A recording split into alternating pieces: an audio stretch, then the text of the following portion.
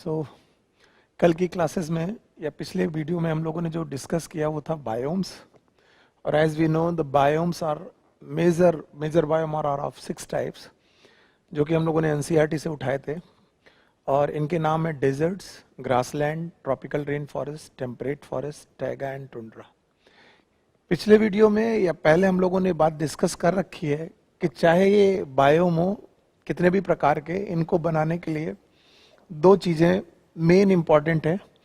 इनमें से है एक मीन एनुअल टेम्परेचर, साल भर यानी वर्ष भर किसी जगह का टेम्परेचर कैसे वेरी कर रहा है, that is known as mean annual temperature. और दूसरा that is known as mean annual precipitation. What is mean annual precipitation? It is snowfall और रेनफॉल।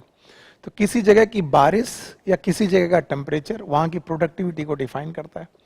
और प्रोडक्टिविटी जैसी होगी वैसी फ्लोरा होगी, और जैसी फ्लोरा होगी वैसा फौना होगा, और फ्लोरा और फौना मिलाकर क्या बनाएंगे? बायोम्स।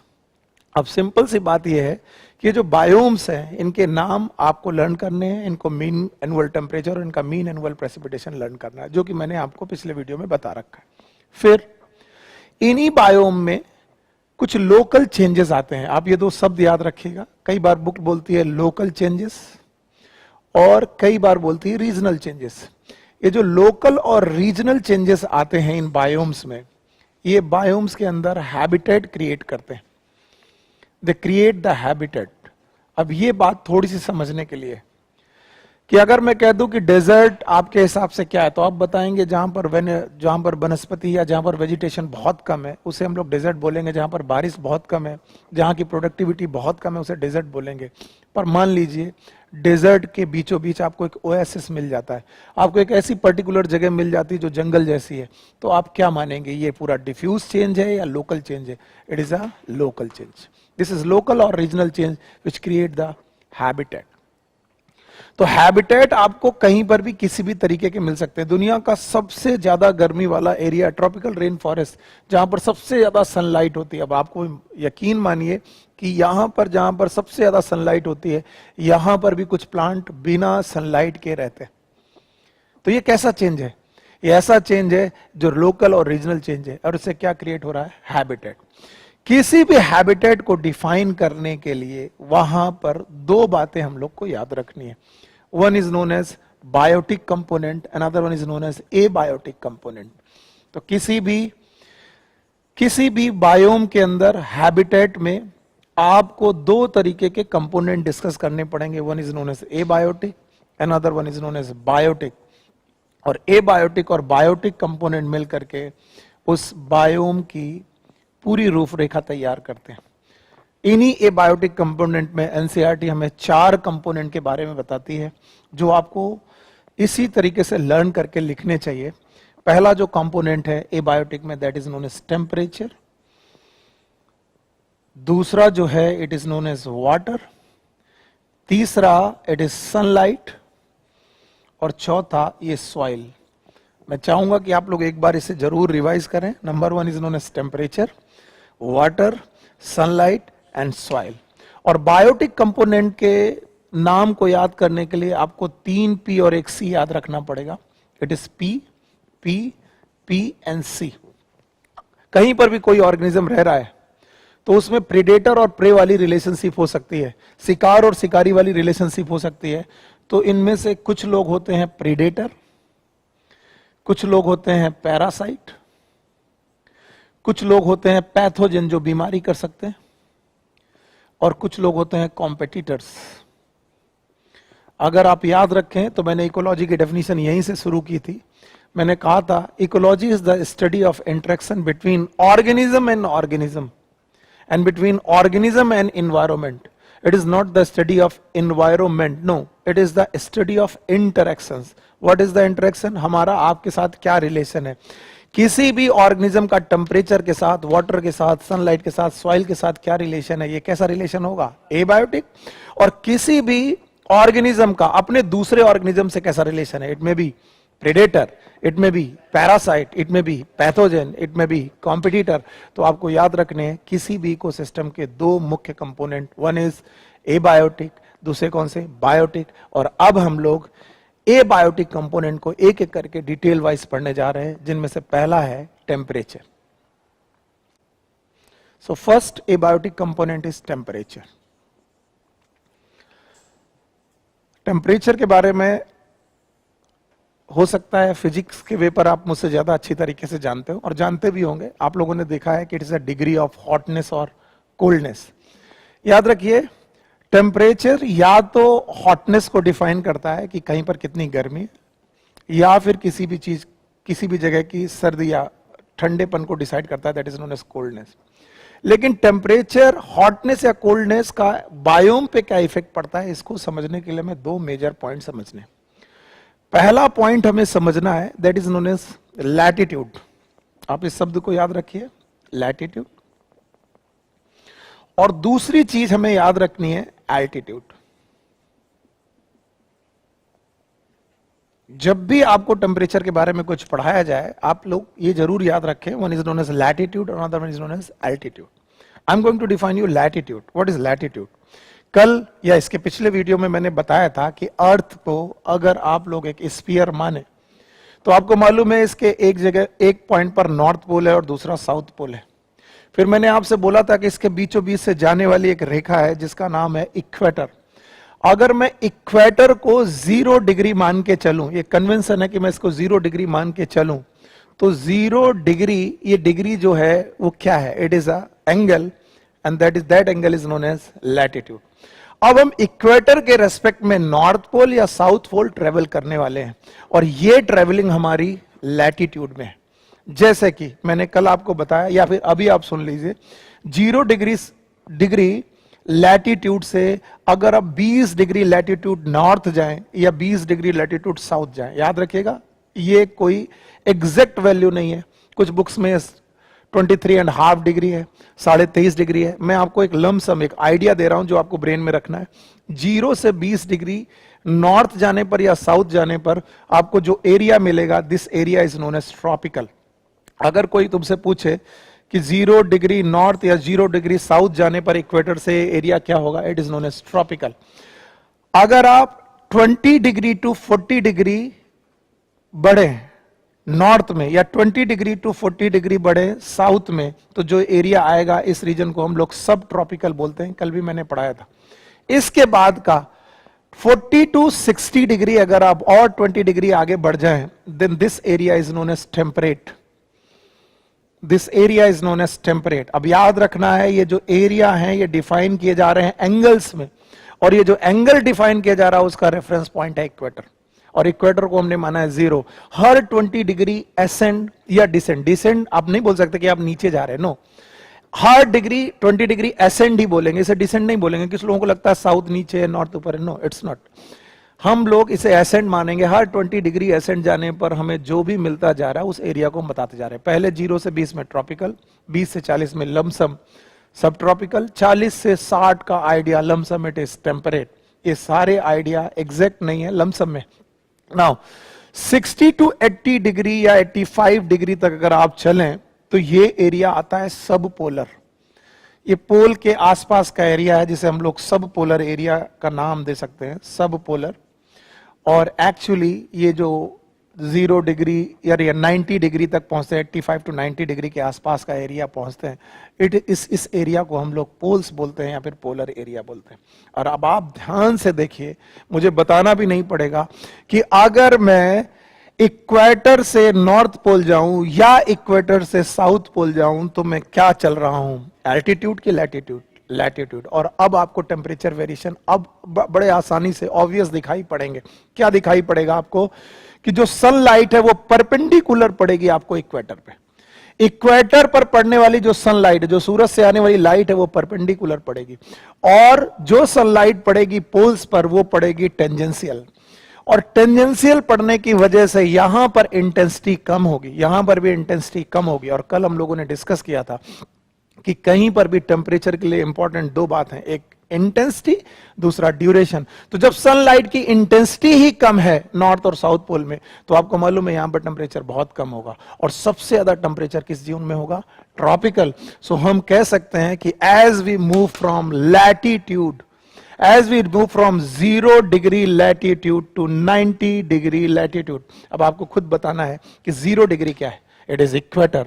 90 डिग्री क्या है, इट इज पोल। तो हम कह सकते हैं कि अगर हम इक्वेटर से पोल की तरफ चलें तो इक्वेटर से पोल की तरफ चलने पर टेम्परेचर डिक्रीज होगा।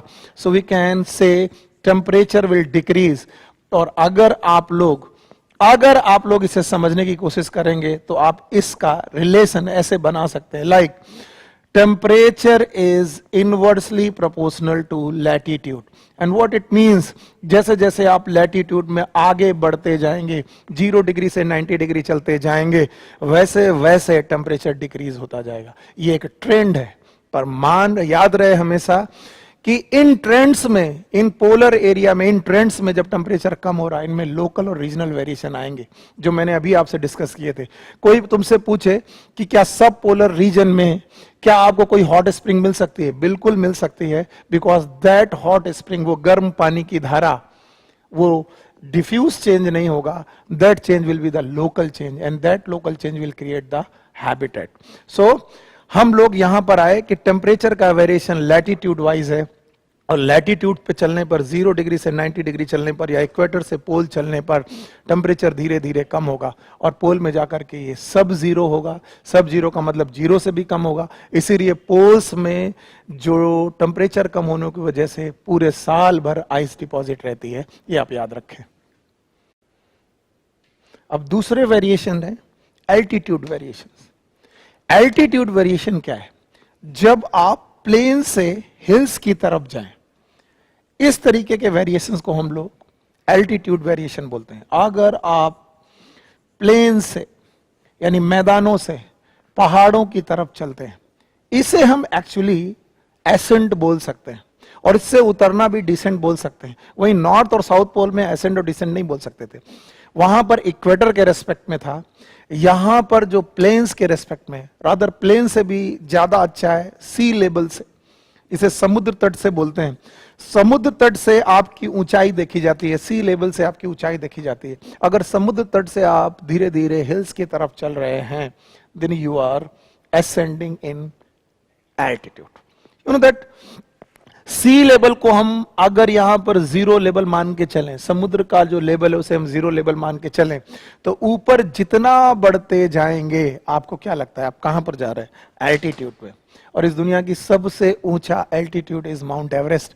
You know that mount Everest से ऊपर अभी तक तो हमारे पास कोई रिकॉर्ड नहीं है। इट इज 8,848 8,848 मीटर हाइट, लंबा हिल है ये, and that is 0 level to 0, that is sea level to hill. आप धीरे धीरे धीरे धीरे एल्टीट्यूड में चल रहे हैं। अगर मैं इसे 0 ना बोल करके सी लेवल टू हिल बोलूं तो ज्यादा परफेक्ट बात होगी। सी लेवल से हिल लेवल पर जाने पर एल्टीट्यूड में चलना है। और बड़ा ऑब्वियस है, मैं किसी से भी पूछूंगा कि मैदानों से पहाड़ों की तरफ जाएंगे तो बताइए टेम्परेचर का क्या होगा? It will decrease. So we can say the altitude it also inversely proportional to temperature, या फिर temperature is inversely proportional to altitude। जैसे हमने पहले रिलेशन बनाए थे कि temperature is inversely proportional to altitude। altitude actually height में बढ़ने को ही बोलते हैं। सो आपको ये याद रखना पड़ेगा, whether it is latitude or it is altitude, इनका टेम्परेचर के साथ इनवर्सली प्रोपोर्शनल आता है। बट याद रखने वाली बातें ये हैं कि इनमें लोकल वेरिएशन भी आते हैं। जैसे अगर कोई मुझे बोले डेजर्ट्स के बारे में बताइए, तो आपको जानकर बड़ी हैरानी होगी कि डेजर्ट अपनी जगह का सबसे हॉट प्लेस भी हो सकता है और सबसे कोल्ड प्लेस भी हो सकता है। इनकी रातें जो होती हैं, डेजर्ट की रातें जो होती है बहुत ठंडी होती हैं, और इनके जो दिन होते हैं वो बहुत गर्म होते हैं। तो ये वेरिएशन लोकल और रीजनल वेरिएशन है जो उनमें हैबिटेट क्रिएट कर देंगे। ये आपको हमेशा याद रखना है। अब टेम्परेचर की बेसिस पर इस दुनिया में वनस्पति है, आपको याद रखना पड़ेगा। टेम्परेचर की बेसिस पर हम लोग 4 तरीके की वनस्पतियों के बारे में आइडिया रखते हैं, और इनको आपको देखना पड़ेगा। इनमें से पहली वनस्पति है जिसको हम लोग बोलते हैं मेगाथर्म। मेगाथर्म या मेगाथर्म वो ऑर्गेनिज्म है या वो प्लांट है या वो वेजिटेशन है जो हाई टेम्परेचर पे ग्रो करते हैं। हाई टेम्परेचर का मतलब है ट्रॉपिकल रीजन पे ग्रो करने वाले प्लांट या फिर एनिमल या फिर कोई ऑर्गेनिज्म रहने वाले यहां पर ऑर्गेनिज्म जो है उन्हें मेगाथर्म बोलेंगे। Rather most of the time ये प्लांट के लिए शब्द यूज किया जाता है मेगाथर्म। इसके बाद दूसरे तरीके के प्लांट है जिन्हें हम लोग बोलते हैं मीजोथर्म। मीजोथर्म तीसरे तरीके के प्लांट या एनिमल है या ऑर्गेनिज्म है जिन्हें हम लोग बोलते हैं माइक्रोथर्म। और चौथे तरीके के ऑर्गेनिज्म है जिन्हें हम बोलते हैं हैकिस्टोथर्म। ये चारों शब्दों को याद रखिएगा, इनसे क्वेश्चन बने। हाई टेम्परेचर पर ग्रो करने वाले these are known as megatherm, उससे कम टेम्परेचर में मीजोथर्म, उससे भी कम टेम्परेचर में माइक्रोथर्म और उस सबसे कम टेम्परेचर में हैकिस्टोथर्म। अगर आपके दिमाग में वो अर्थ का लैटिट्यूड और एल्टीट्यूड है तो आप इन सारे क्वेश्चन को बड़ी आसानी से कर पाएंगे। अगर मैं पूछूं कि ट्रॉपिक रीजन पर पाए जाने वाले प्लांट दीज आर मेगाथर्म, अगर मैं बोलूं सब ट्रॉपिक रीजन में पाए जाने वाले प्लांट इट इज मीजोथर्म, अगर मैं पूछूं टेम्परेट रीजन में पाए जाने वाले इट इज माइक्रोथर्म, और अगर मैं बोलूं सब पोलर और पोलर रीजन पे पाए जाने वाले इट इज हैकिस्टोथर्म। सो मैं एक लिस्ट बना देता हूं, मेगाथर्म ट्रॉपिकल रीजन में, मीजोथर्म सब ट्रॉपिकल रीजन में, माइक्रोथर्म टेम्परेट रीजन में, और जो हैकिस्टोथर्म है ये टैगा और टुंड्रा। रादर टुंड्रा ज्यादा अच्छा शब्द होगा, टुंड्रा के लिए हम लोग ज्यादा अच्छे शब्द बोलेंगे। तो ये चार तरीके के थर्मल कंडीशंस हैं ऑर्गेनिज्म को लेकर के, और हमें यहीं रुकना नहीं है। There are two type of organism on the basis of their temperature behaviour, on the basis of their temperature tolerance. याद रखने की जरूरत है कि टेम्परेचर टॉलरेंस की का मेन फंक्शन और टेम्परेचर टॉलरेंस का मेन इफेक्ट कहां पड़ेगा। देखिए बहुत ध्यान से, पहले भी आपने पढ़े हैं एंजाइम्स, और जब भी आपने एंजाइम्स पढ़े हैं तो आपने जरूर पढ़ा है कि एंजाइम की एक्टिविटी इन दो बातों पर डिपेंड करती है, one is temperature, another one is pH. अगर हम टेम्परेचर और पीएच वेरी कर दें तो एंजाइम वेरी कर जाएंगे। और एक छोटा सा टॉपिक आपने पढ़ा है मेटाबॉलिज्म, और आपने पढ़ा है कि मेटाबॉलिज्म के बिना इस दुनिया में कोई जिंदा रह ही नहीं सकता। इसका मतलब अगर मैं जिंदा हूं, आप जिंदा हैं, तो किसकी वजह से जिंदा है? मेटाबॉलिज्म। और मेटाबॉलिज्म को कौन कंट्रोल करता है? एंजाइम। और एंजाइम को कौन कंट्रोल करता है? टेम्परेचर। तो इसका मतलब टेम्परेचर किसको कंट्रोल करता है? मेटाबॉलिज्म। और मेटाबॉलिज्म किसका फिनोमिना है? ऑर्गेनिज्म। तो बताओ ऑर्गेनिज्म कैसा होगा, ये कौन डिसाइड करेगा? Temperature. And that's why temperature is the most relevant. जब आप एनसीईआरटी पढ़ेंगे तो वो पहली लाइन यही लिखेंगे, temperature is the most relevant ecological factor. इससे ज्यादा रिलेवेंट इकोलॉजिकल फैक्टर कोई है ही नहीं। चार फैक्टर में सबसे ज्यादा रिलेवेंट अगर कोई इकोलॉजिकल फैक्टर है तो वो टेम्परेचर है। और वो मैंने प्रूव किया कि बताइए अगर आप ऑर्गेनिज्म है तो आपकी बॉडी में मेटाबॉलिज्म चलेगी, और अगर मेटाबॉलिज्म चलेगी तो आपको क्या किस पे डिपेंड रहना पड़ेगा? एंजाइम। और अगर आप एंजाइम पे डिपेंडेंट है तो किस पे डिपेंड रहना? टेम्परेचर। तो जैसा टेम्परेचर वैसे एंजाइम, वैसी मेटाबॉलिज्म, वैसी ऑर्गेनिज्म। और एनसीईआरटी ने दो बड़े प्यारे एग्जाम्पल यहां से उठाए हैं। उन्होंने कहा कि बताइए मैंगो प्लांट एक ऐसा प्लांट है जो ट्रॉपिक और सब ट्रॉपिक रीजन में पाया जा सकता है, यानी इंडिया जैसी कंट्री में पाया जाता है। हम सब लोग जानते हैं मैंगो, ये मैंगो जिसे हम लोग बोले आम, ये ट्रॉपिक और सब ट्रॉपिक रीजन का प्लांट है। अब बताइए क्या ये मैंगो प्लांट जर्मनी या कनाडा में मिलेगा? नहीं मिलेगा, क्योंकि जर्मनी और कनाडा ट्रॉपिकल एरिया नहीं है। ये कैसे एरिया है? टेम्परेट। और आपको मालूम है टेम्परेट एरिया का टेम्परेचर कम है, इसलिए वहां पर मैंगो सरवाइव नहीं कर पाएगा। कुछ लोग बोलेंगे क्यों? फिर से वही जवाब, क्योंकि वहां पर रहने वाले ऑर्गेनिज्म का एंजाइम एक्टिविटी हाई टेम्परेचर में नहीं बल्कि लो टेम्परेचर में है। और मैंगो प्लांट किस टेम्परेचर में रहता है? High temperature. ठीक इसी तरीके से वो एक फिश का नाम लेते हैं, मैं यहां पर लिख दे रहा हूं, and that fish is known as tuna fish, और ये समुद्रों में पाई जाती है। और अब आपको मालूम है कि समुद्रों का विस्तार बहुत बड़ा है। ये जो समुद्रों का विस्तार है ये बहुत बड़ा है। समुद्र तो बेटा ट्रॉपिक से सब ट्रॉपिक रीजन तक चले जाते हैं, सब ट्रॉपिक से टेम्परेट रीजन तक चले जाते हैं। तो टूना फिश नाम की जो मछली है ये ट्रॉपिकल एरिया की मछली है, और ये ट्रॉपिकल एरिया को छोड़कर कभी भी ट्रॉपिकल एरिया को छोड़कर टेम्परेट रीजन में तैरने नहीं जाती। अब आप कहेंगे सर क्यों जाएगी?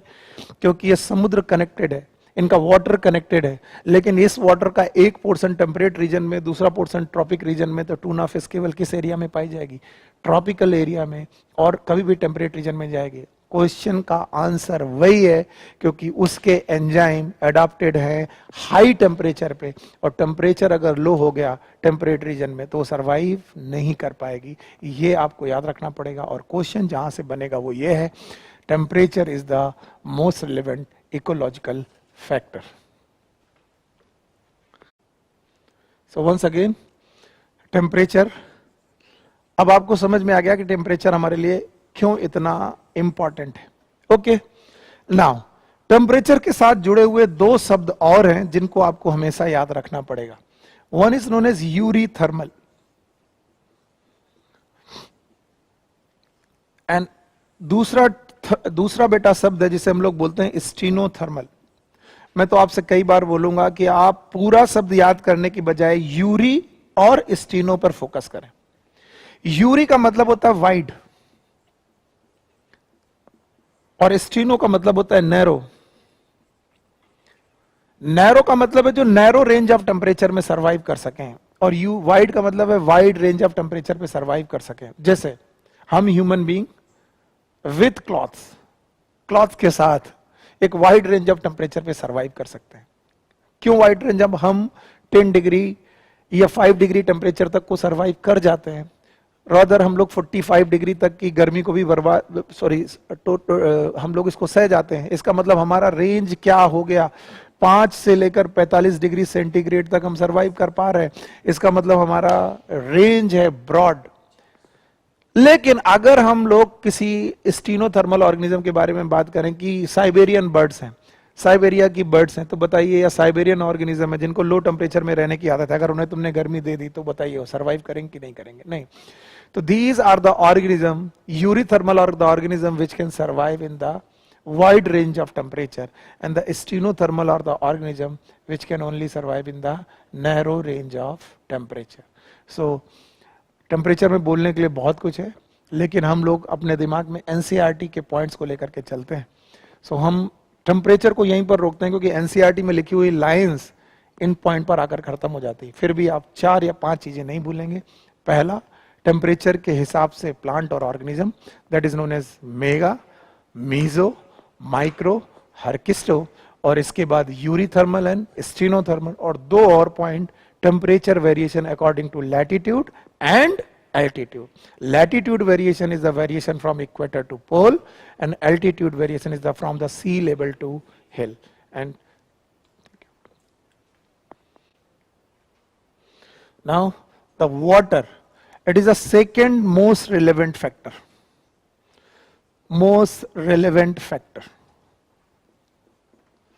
आपको याद रखना पड़ेगा, दूसरा सबसे रिलेवेंट फैक्टर जो माना गया है वो वाटर है। अगर कल के ग्राफ पर याद करें तो मैंने आपको 2 ही चीजें बताई थी। One is known as MAT, what is MAT? Mean annual temperature. और दूसरा बताया था MAP, what is MAP? Mean annual precipitation, precipitation related with the water. It is the second most relevant factor. 2-3 बातें जो आप हमेशा याद रखना पड़ेगा। Life is not possible without water, not possible without water. ये सिंपल सा क्वेश्चन है, कई बार पूछा गया। इस क्वेश्चन में बच्चे इतना कंफ्यूज रहते हैं। अगर ये क्वेश्चन मैं पूछूं और पूछूं कि life is not possible without, और मैं 4 ऑप्शन दूं और में से एक वाटर दूं, दूसरा ऑक्सीजन दूं, मोस्ट ऑफ द बच्चे ऑक्सीजन को टिक करते हैं। नो। अब आपसे जब पूछा था लाइफ इज नॉट पॉसिबल, आप अपनी लाइफ के बारे में सोचने लगते हैं कि मैं किसके बिना नहीं रह सकता। तो बोले भाई मैं 10 घंटे बिना पानी के नहीं रह सकता, लेकिन एयर में तो 1-2 मिनट के बाद मर जाऊंगा। भैया ये आपकी लाइफ नहीं है, ये टोटल लाइफ है। क्या कुछ बैक्टीरिया ऐसे हैं जो एनारोबिक हैं? यस। तो क्या वो बिना ऑक्सीजन के सर्वाइव कर सकते हैं? यस। लेकिन क्या उन बैक्टीरिया में भी साइटोप्लाज्म है? यस। और जिसमें कितना % वाटर है? 60-90%। इसका मतलब उनका साइटोप्लाज्म बिना वाटर के नहीं रह सकता। इसका मतलब life is not possible without water. तो life is not possible without water just because हमारा 60-90% कंपोजिशन है वाटर इन द साइटोप्लाज्म। और एक बात हमेशा याद रखनी पड़ेगी, the origin of life, life का ओरिजिन भी वाटर में हुआ, जो पहली सेल बनी वो वाटर में बनी है। तो इस क्वेश्चन को सॉल्व करते वक्त बहुत ध्यान रखिए कि life is not possible without water, और साइटोप्लाज्म में 60 to 90% वाटर है, और यही वाटर है जो आपकी सारी मेटाबॉलिज्म के लिए रिस्पॉन्सिबल है। अगर साइटोप्लाज्म में वाटर ही नहीं रहेगा तो मेटाबॉलिज्म नहीं होगी, मेटाबॉलिज्म नहीं होगी तो आप सर्वाइव नहीं कर पाएंगे। और एक और बात, द ओरिजिन ऑफ लाइफ वो कहां पर हुई है? It happens in water. One thing more जो बुक आपको बताने की कोशिश करेगी, पानी की quantity and quality, quantity and quality आपको डिस्कस करना पड़ेगा। सर आपको ये बात बहुत ध्यान से समझनी पड़ेगी कि कई बार मैं पूछता हूं what is the meaning of water availability, तो लोग बोलते हैं अवेलेबिलिटी के हिसाब से दुनिया में सबसे ज्यादा वाटर ग्रेट ओशियंस में, जो हमारे समुद्र हैं, महासमुद्र हैं, इनमें सबसे ज्यादा पानी है। लेकिन याद रखिए वो क्वांटिटी में ज्यादा हो सकता है लेकिन क्वालिटी में ज्यादा नहीं है। तो अवेलेबिलिटी ऑफ वाटर केवल क्वांटिटी पे डिपेंड नहीं करती, it depend upon quantity as well as quality. Quantity और क्वालिटी दोनों चीजों पर अवेलेबिलिटी ऑफ वाटर डिपेंड करती है। अब क्वांटिटी की बेसिस पर दो एक्सट्रीम देखिए। पहला एक्सट्रीम है ओशियन, ओशियन में मैक्सिमम वाटर क्वांटिटी है, मैक्सिमम। और दूसरा एक्सट्रीम है डेजर्ट्स। आपको मालूम है डेजर्ट्स में वाटर बहुत कम है, और ये भी आपको मालूम है कैसे डेजर्ट, जिनको हम लोग साल्टी डेजर्ट बोलते हैं, ड्राई डेजर्ट बोलते हैं। और वहीं पर क्वालिटी की बेसिस को डिफाइन करने के लिए दो तीन चीजें हैं। One is the pH of water, दूसरा mineral composition of the water. एक और छोटा सा पॉइंट जो शायद बड़ा कॉमन सेंस का है और कॉमन सेंस के साथ पूछा गया क्वेश्चन है, और मैं कई बार बच्चों से पूछता हूं लेकिन जवाब गलत आता है, कि अगर कभी भी आप समुद्र में भटक जाएं या समुद्र में फंस जाएं, बीचों बीच समुद्र में फंस जाएं और पानी आपको प्यास लगे, तो क्या समुद्री पानी आप पिएंगे? अगर आपने समुद्र का पानी पी लिया तो आपकी वो बॉडी में वाटर कमी आ जाएगी। कैसे?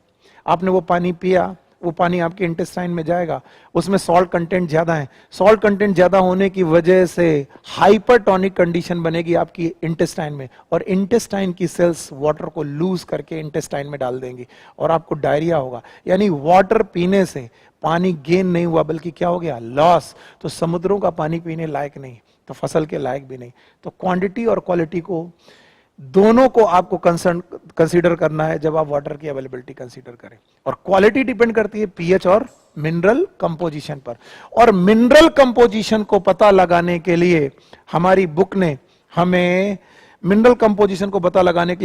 ने हमें सैलिनिटी के बारे में बताया कि सॉल्ट कंसंट्रेशन और the salinity is the good criteria to decide the quality of water. Water की क्वालिटी को डिसाइड करने के लिए अच्छा क्राइटेरिया है। और सैलिनिटी को बताने के लिए उन्होंने एक यूनिट रखी है पीपीटी। आप इस पीपीटी को बहुत ध्यान से समझें। It is known as parts per thousand. जैसे आपने पीपीएम पढ़ा है, इससे मिलती जुलती एक यूनिट है ppm. What is ppm? Parts पर मिलियन। जब आप हार्डनेस ऑफ वाटर पढ़ते हैं, केमिस्ट्री में हार्डनेस ऑफ वाटर पढ़ते हैं, तो किसमें पढ़ते हैं? पार्ट्स पर मिलियन। लेकिन यहां पर हम सैलिनिटी पढ़ने जा रहे हैं। मिलियन पार्ट्स में एक पार्ट देख रहे हैं कि 1000 पार्ट में? 1000 पार्ट में देखने की वजह से इस सैलिनिटी को हम लोग पीपीटी में पढ़ते हैं। और पीपीटी के हिसाब से पूरी दुनिया के वाटर को 3 मेन कैटेगरीज में बांटा गया है। पहली कैटेगरीज है जिसमें लेस देन 5 पीपीटी है, 5 पीपीटी से कम सॉल्ट है। दूसरी कैटेगरी है 30 से 35 पीपीटी की, जहां पर सॉल्ट का कंसंट्रेशन 30 to 35 पार्ट्स पर 1000 है। और तीसरी कैटेगरी है जिसमें 100 पीपीटी से ज्यादा है। अब इन तीनों तरीके के पानी को आप अपने दिमाग में ला करके सोचिए और मुझे जवाब दीजिए। बताइए, पहला कंडीशन में सॉल्ट कम की ज्यादा? कम। बीच वाले में काफी ज्यादा, और सबसे ज्यादा किसमें? More than 100 PPT. याद रखना, यही वो पानी है जो आपके पीने लायक है। इसीलिए इस वाटर को हम लोग इनलैंड वाटर बोलते हैं। इनलैंड वाटर, ये वो पानी है जो आपके पीने लायक है। ये वो पानी है जो ओशियंस में है, सी में है, समुद्रों में है। और ये वो वाटर है जो हाइपर सैलाइन लेगून में है। हाइपर सैलाइन लेगून, ये ऐसे लेगून्स में है जो 100 पीपीटी से ज्यादा है। याद रखना, यहां से क्वेश्चन बन सकता है क्योंकि एनसीईआरटी ने इन तीनों पॉइंट को बड़े बोल्ड तरीके से लिखा है। इनलैंड वाटर, ये अंडरग्राउंड पानी है जिसको आप पी रहे हैं, या नदियों का पानी है जो लेस देन 5 पीपीटी रखता है। 30 से 35 पार्ट्स पर 1000 रखता है सी। और hyper saline lagoon more than 100 PPT. कुछ पुरानी बुक्स में 100% दिया है, मोर देन 100% इज नथिंग ये कहने के लिए, बल्कि मोर देन 100 पीपीटी है। तो जिनकी बुक्स में भी 100% है, इसे सही करके मोर देन 100 पीपीटी कर ले। तो याद रखना क्वालिटी को डिफाइन करने का तरीका ये। आप सुनिए, वाटर, इतना तो हर इंडियन समझता है सिंचाई का क्या रोल है हमारी खेती में। तो वाटर अगेन डिसाइड करेगा प्रोडक्टिविटी। पानी जितना ज्यादा या जितना अच्छा क्वालिटी वाइज, प्रोडक्टिविटी उतनी ज्यादा। और फिर मैं वही क्राइटेरिया पा रहा हूं कि जितनी अच्छी प्रोडक्टिव उतना अच्छा फ्लोरा, कृषि उतनी अच्छी और उतना अच्छा फौना, और जैसा फ्लोरा जैसा फौना ठीक उसी के हिसाब से बेटा बायोम। तो याद रखना बायोम्स को मेंटेन करने के लिए जितना रोल टेम्परेचर था, उसके बाद सबसे बड़ा रोल किसका है? वाटर का। ये आपको याद रखना है। So after temperature and water, the third factor, third abiotic factor, it is light. और जब भी हम लाइट की बात करते हैं, वो भी अर्थ में, अर्थ में अगर हम लाइट की बात करते हैं तो हमारे सामने लाइट का मतलब एक ही बात है, it is known as sunlight. कुछ लोग मुझे यहां पर टोकने की कोशिश करेंगे कि सर अर्थ में तो ट्यूबलाइट और बल्ब भी मिलते हैं। यू नो दैट सनलाइट, इसका सोर्स है सन। और याद रखना अर्थ में sun is the ultimate source of energy. आप जितनी भी एनर्जी देख रहे हैं उसका अल्टीमेट सोर्स कौन है? Sun. Whether it is tubelight, it is the chemical energy, किसी भी, या फिर एक बिग बैंग हाइपोथेसिस के दौरान पाई गई एनर्जी और मास है उसके दौरान। तो बिग बैंग हाइपोथेसिस के दौरान प्रोड्यूस मास और एनर्जी, या फिर आज के समय पर अभी जो सन है, it is ultimate source of energy. Okay, खैर हम ये बात को फिर कभी बड़ा करेंगे कि कितना सनलाइट का क्या रोल है। फिलहाल सनलाइट का इफेक्ट हम लोग प्लांट और एनिमल में अलग अलग देखते हैं कि what is the role of sunlight in plants and what is the role of the sunlight in animals. Sunlight का रोल प्लांट और एनिमल में ऑलमोस्ट एक जैसा है। अगर मैं एक जैसा बोलूंगा तो आपको थोड़ा अजीब लगेगा, लेकिन देखिए मैं इसे डिफाइन करता हूं। प्लांट सनलाइट के बिना फोटोसिंथेसिस नहीं कर सकते। एक छोटा सा टॉपिक है फोटोसिंथेसिस, जो मैंने कभी आपको पढ़ाया था, आप देख सकते हैं। और प्लांट में कुछ प्लांट ऐसे होते हैं जो सनलाइट की प्रेजेंस में फोटो पीरियोडिज्म करते हैं। अगर आप इन दोनों पॉइंट को याद रखें जो मैंने पढ़ाए थे, तो आपको कुछ याद आएगा। Photosynthesis is the formation of food in presence of sunlight and chlorophyll. It also require water. अगर आपको फोटोसिंथेसिस की इक्वेशन याद कराऊं तो कार्बन डाइऑक्साइड प्लस वाटर, ये दोनों in presence of sunlight and chlorophyll मिलकर के C6H12O6 बनाते हैं, साथ में निकलती है ऑक्सीजन। ये फोटोसिंथेसिस की इक्वेशन है। आपको मालूम है ये फोटोसिंथेसिस बिना सनलाइट के पॉसिबल नहीं है। One thing. दूसरा है फोटो पीरियोडिज्म। अगर आपको याद हो तो फोटो पीरियोडिज्म में it is induction of flowering. Induction of flowering, flowering होती है विथ रेस्पेक्ट टू सनलाइट का ड्यूरेशन। और आपने 3 तरीके के प्लांट पढ़े हैं, मैं दोहरा नहीं रहा हूं, रिवाइज करा रहा हूं। It is LDP। What is LDP? Long day plant. दूसरे थे SDP, short day plant. That third one is day neutral plant, DNP। तो जो एक क्रिटिकल टाइम पीरियड से ज्यादा टाइम चाहते हैं उन्हें बोलते हैं long day plant. Critical time period से कम चाहिए इन्हें शॉर्ट डे प्लांट। और जो सनलाइट के पर डिपेंडेंट है लेकिन उसके ड्यूरेशन पे डिपेंडेंट नहीं है, they are known as day neutral plant. तो प्लांट हमें इतना पढ़ाने के बाद हमें लगता है कि यार ओके इट्स हो गया, लेकिन आपको मैंने एक और बात पढ़ाई थी कि इस फोटोसिंथेसिस से बनता है फूड। और इस दुनिया में जितना भी फूड है उसका डायरेक्ट और इनडायरेक्ट बेटा सोर्स दिस प्रोसेस फोटोसिंथेसिस। ये क्वेश्चन पढ़ाते वक्त जब मैं बच्चों से पूछता हूं कि फोटोसिंथेसिस कौन करता है और फोटोसिंथेसिस एज अ फूड कहां पर जाता, तो बच्चे मुझे ज्यादातर समय बोलते हैं प्लांट। जब मैं बोलता हूं एनिमल तो बोलते हैं सर एनिमल फोटोसिंथेसिस नहीं करते। ऑब्वियस है, लेकिन मैं बताइए, मैंने बोला कि मैं चिकन खाता हूं, चिकन खाता हूं इसका मतलब मैं प्लांट नहीं खा रहा हूं। तो सर चिकन खाने पर मैं एनिमल खा रहा हूं तो मेरे को फोटोसिंथेसिस पे डिपेंड नहीं करना, तो मैं बोलूंगा चिकन क्या खाता है। तो अल्टीमेटली आप बोलेंगे कि सर वो प्लांट खाता है। फिर प्लांट कहां से फूड लाया? By the process known as photosynthesis. तो फोटोसिंथेसिस द अल्टीमेट सोर्स और अल्टीमेट प्रोसेस। इस दुनिया का जितना भी फूड है इसी प्रोसेस से बन रहा है। तो weather it is animal, weather it is plant. अभी मैं इकोसिस्टम में जब प्रोड्यूसर कंज्यूमर और सेकेंडरी कंज्यूमर और डिकम्पोजर की बात करूंगा तो ये फूड चेन और फूड वेब की जब बात करूंगा तो ये और क्लियर होगा। खैर, एनिमल में लाइट का क्या इफेक्ट पड़ता है? सर, एनिमल में भी लाइट का जो इफेक्ट पड़ता है उसे फोटो पीरियोडिज्म ही बोलते हैं। और जैसे मैं ये शब्द लिखता हूं फोटो पीरियोडिज्म, कुछ लोगों के दिमाग में फिर से long day short day plant चलने लगेगा। बेवकूफों, ये प्लांट नहीं है, ये क्या है? एनिमल। और एनिमल की फोटो पीरियोडिज्म डिसाइड करती है ग्लैंड, और इस ग्लैंड का नाम है पीनियल ग्लैंड। इस ग्लैंड का नाम आपको याद रखना पड़ेगा, पीनियल ग्लैंड।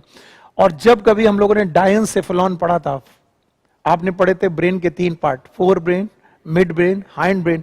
फोर ब्रेन में जो सबसे पीछे वाला पार्ट पढ़ा था जिसका नाम था डायंसेफेलॉन, इस डायंसेफेलॉन की 2 वॉल थी।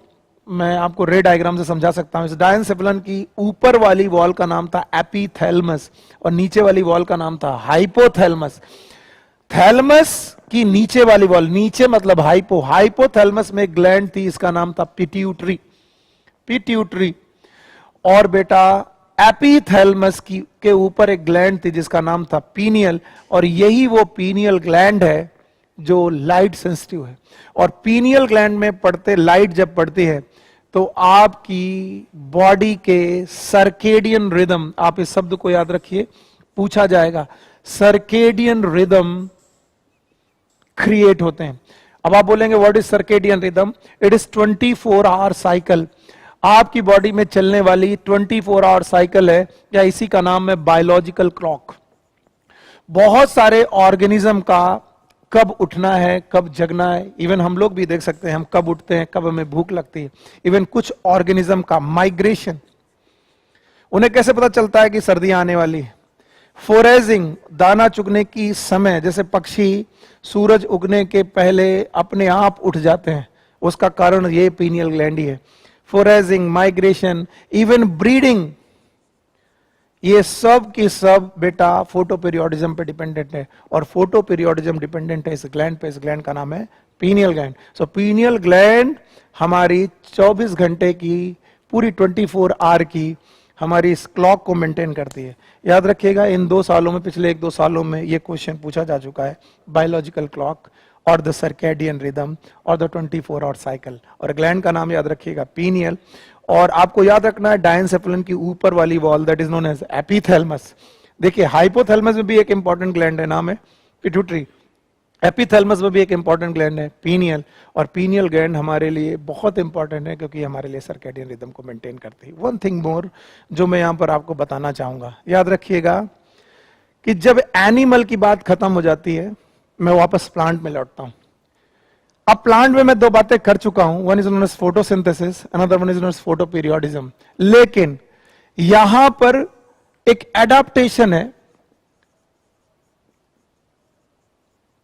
इस एडाप्टेशन के दौरान प्लांट अपने डिफरेंट लाइट जोन में सरवाइव करने के लिए एडाप्ट करते हैं। जैसे कि कुछ प्लांट होते हैं जिनको सनलाइट बहुत ज्यादा चाहिए, और कुछ प्लांट ऐसे होते हैं जो छाया में भी ग्रो कर जाते हैं। आप लोगों ने देखे होंगे आपके घरों में बेडरूम में रखे हुए प्लांट्स, जिनको ओपन में रखने के बजाय हम लोग बेडरूम में रखते हैं, और हम कहते हैं कि बेडरूम में इसलिए रखा है इसे सनलाइट की ज्यादा जरूरत नहीं, कम सनलाइट में भी काम कर जाएगा, यानी छाया में भी काम कर जाएगा।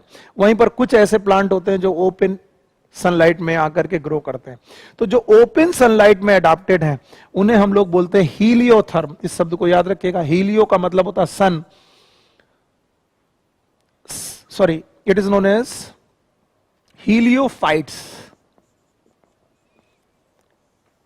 हीलियोफाइट्स का मतलब है जो सन लविंग प्लांट है, ऐसे प्लांट जो सन लविंग है, जो हाई सनलाइट पर, मोर सनलाइट, जिन्हें बहुत ज्यादा सनलाइट चाहिए, ये ओपन में एडॉप्टेड हैं, ग्रो करते हैं, हाई सनलाइट पर ग्रो करते हैं। वहीं पर दूसरे तरीके के प्लांट हैं जिन्हें हम बोलते हैं sciophytes. Sciophyte, these are known as shade loving plant.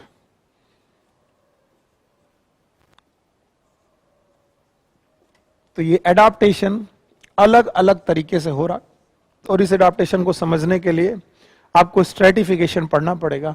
Ecosystem में मैं आपको स्ट्रेटिफिकेशन पढ़ाऊंगा कि कैसे ट्रॉपिकल रेन फॉरेस्ट में डिफरेंट कैनोपी में, धीरे धीरे कैनोपी में, सबसे ऊपर कैनोपी में सबसे ज्यादा सनलाइट, उसके नीचे कैनोपी में उससे कम सनलाइट, इवन ग्राउंड तक पहुंचते पहुंचते सनलाइट ऑलमोस्ट नील हो जाती है. So there are main two adaptation, one is known as heliophyte, another one is known as sciophytes. एक और बात, ये जो मैं बात कर रहा हूं लैंड पे कर रहा हूं, लेकिन मैं इसी बात को अगर ओशियन में करूं तब क्या होगा, समुद्रों में सनलाइट का पेनिट्रेशन कैसे होगा, उसको समझने के लिए 1 मिनट में हम देखते हैं.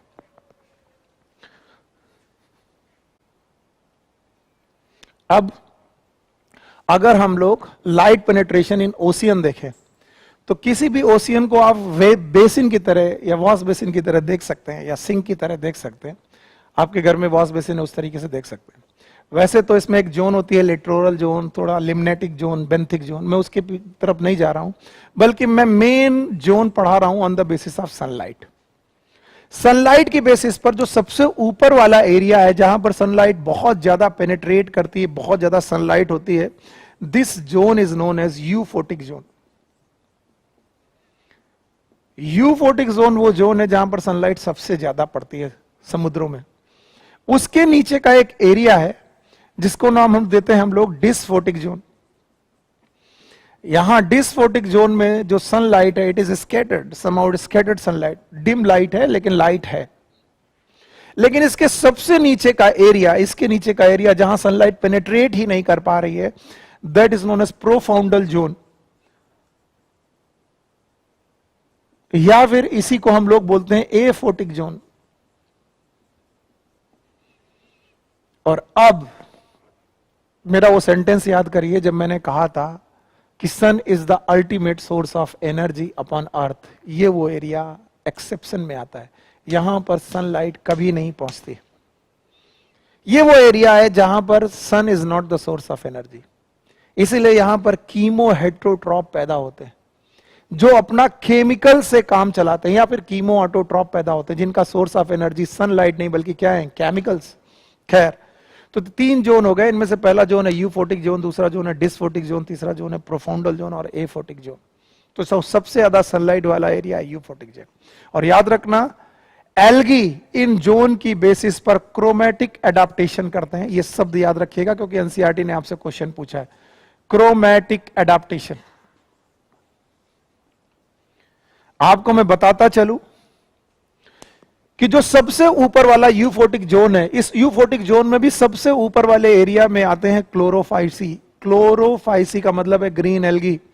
ग्रीन एल्गी सबसे ऊपर वाली जोन में पाए जाते हैं. अगर कोई बच्चा बोले सर ग्रीन एल्गी क्या नीचे नहीं मिलेंगे, मिलेंगे, लेकिन most of the chlorophyceae present upon the euphotic में भी सबसे ऊपर वाली zone. This zone is known as euphotic zone. Got it? And now chlorophyceae के बाद आते हैं फियोफाइसी. फियोफाइसी वो एल्गी हैं जो एल्गी यूफोटिक जोन में भी रहते हैं और डिसफोटिक जोन में भी रहते हैं. लेकिन इस दुनिया के सबसे डीपेस्ट ड्वेलिंग एल्गी हैं, these are known as red algae. Red algae is the deepest dwelling algae. और बच्चों को कहीं ना कहीं यह लग जाता है कि डीपेस्ट ड्वेलिंग एल्गी का मतलब सर पढ़ाना चाहते हैं कि ये एल्गी एफोटिक जोन में चले गए. ये बेवकूफी भरी बात है. एफोटिक जोन में कोई भी फोटोसिंथेटिक ऑर्गेनिज्म रह ही नहीं सकता क्योंकि एफोटिक जोन में सनलाइट नहीं है और वहां पर सोर्स ऑफ एनर्जी जब सन नहीं है तो रेड एल्गी भले ही रेड है लेकिन उसे सनलाइट की जरूरत है. तो आपको याद रखना है the deepest dwelling algae is the red algae. और क्वेश्चन पूछा गया है व्हाई, ऐसा क्यों है? क्योंकि इनके पास एक स्पेशल पिगमेंट है, it is known as R phycoerythrin. और ये आर फाइकोइरेथ्रिन उस जोन को एब्जॉर्व करता है. यानी सबसे ज्यादा पेनिट्रेट करने वाली जो सनलाइट है उसकी क्वालिटी है that is green and blue. तो सबसे नीचे तक ग्रीन और ब्लू लाइट पहुंचती है और ग्रीन और ब्लू लाइट को एब्जॉर्व करने वाला पिगमेंट है, दिस इज आर फाइकोइरेथ्रिन. और इसी वजह से red algae is the deepest dwelling algae. ये आपको याद रखना पड़ेगा और ये क्वेश्चन आपसे एनसीईआरटी ने पूछा है. ठीक इसी तरीके से फियोफाइसी इन मिड जोन में रहते हैं, क्लोरोफाइसी अपर जोन में रहते हैं. और कई बार बच्चे बोलते हैं कि क्लोरोफाइसी बहुत नीचे नहीं जा सकता. जा सकते हैं, लेकिन मैं मोस्ट ऑफ द टाइम बड़ी बातें, मास की बातें कर रहा हूं. क्लोरोफाइसी का जोन ऊपर है, फियोफाइसी का इन बिटवीन है और red algae is the deepest dwelling algae. और उसका कारण भी आर फाइकोइरेथ्रिन. और एक और बात, अक्सर बच्चों को लगता है R-phycoerythrin का मतलब रेड है, तो रेड लाइट जो होती होगी वो सबसे ज्यादा पेनिट्रेट करती होगी। नो, सबसे ज्यादा पेनिट्रेट करने वाली लाइट है ग्रीन एंड ब्लू, और ग्रीन और ब्लू लाइट को एब्जॉर्ब करने के लिए this pigment that is known as R-phycoerythrin, और इसी वजह से red algae is the deepest dwelling algae. And the fourth and last factor which is given in your NCERT, it is soil. तो सबसे पहले what is the definition of soil? It is the uppermost layer of the earth crust. Uppermost layer of earth crust. एक दो शब्द जिनसे question बना है, मैंने पहले भी पढ़ा है। Study of soil it is known as pedology. It is known as study of soil. और एक छोटा सा और शब्द है that is known as pedogenesis. It is a formation of soil.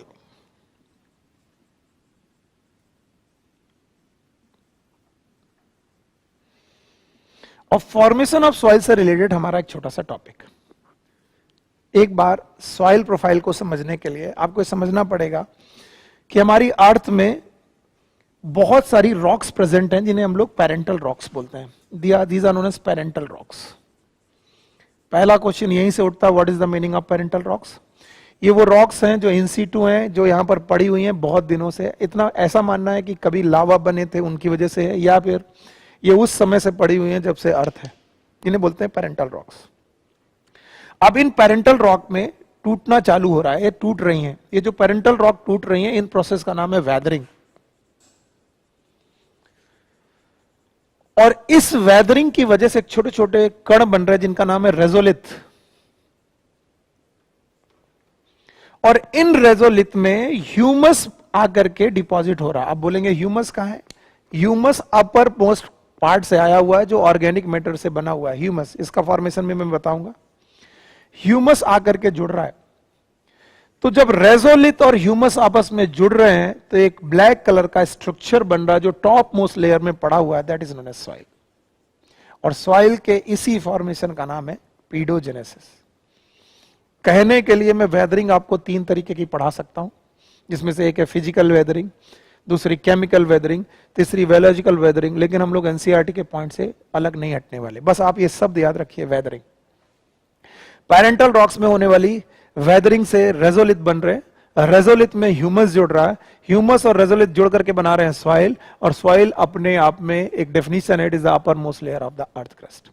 और इस तरीके से सॉइल की एक प्रोफाइल बन रही, दैट इज वर्टिकल सेक्शन बन रहा है। एक वर्टिकल सेक्शन बन रहा है जिसकी तीन जोन आपको दिखाई पड़ेंगे, और ये तीनों जोन आपको देखनी पड़ेंगी। सबसे नीचे का जोन है, इसे बोलेंगे हॉरिजन सी। इसके ऊपर का जोन है, इसे बोलेंगे हॉरिजन बी। और सबसे ऊपर का जोन है, it is horizon O, sorry horizon A. अब याद रखना, हॉरिजन ए, हॉरिजन बी और हॉरिजन सी अगर ऊपर से नीचे की तरफ चले, horizon A is known as top soil, इसके बाद है सब सॉइल, और इसके बाद है वेदर्ड रॉक। याद रखना, हॉरिजन ओ ए का भी एक जोन है जो सबसे अपर मोस्ट जोन है, जिसे हम लोग बोलते हैं ओ हॉरिजन। ये शब्द ओ फॉर ऑर्गेनिक शब्द से उठाया गया है।